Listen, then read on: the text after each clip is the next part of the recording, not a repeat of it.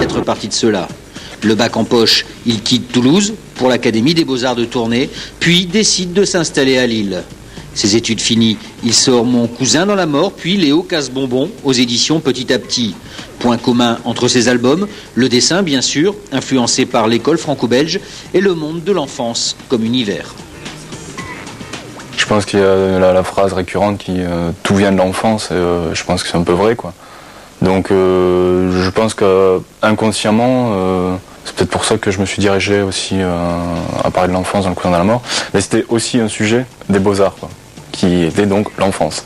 Pour Léo Casse-Bonbon, c'est un peu différent parce qu'au départ c'était pour participer à un magazine pour enfants et je comptais juste faire des gags de temps en temps comme ça et en fait l'éditeur ça lui a plutôt plu, même vraiment, et donc il m'a dit non on fait pas des gags, on fait un album, et donc je me suis lancé dans Léo Casse-Bonbon alors qu'au départ je pensais vraiment le faire en dilettante, quoi, en quelque sorte, quoi.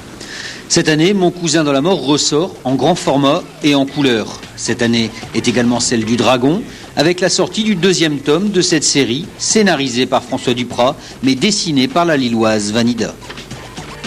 Pour l'instant, je travaille vraiment Mario, avec 2 personnes, donc il y a Vanida et Harris, parce qu'ils n'ont pas de problème, ils reçoivent mon storyboard, ils arrivent vraiment à l'assimiler, et ils y apportent autre chose, quoi, donc c'est intéressant.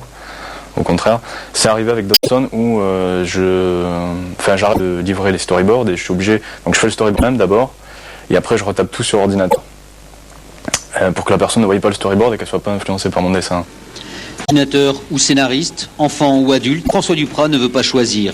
Cet auteur veut continuer à explorer son thème favori, l'aventure au quotidien, une aventure qu'il trouve à la création de ses pages de bande dessinée.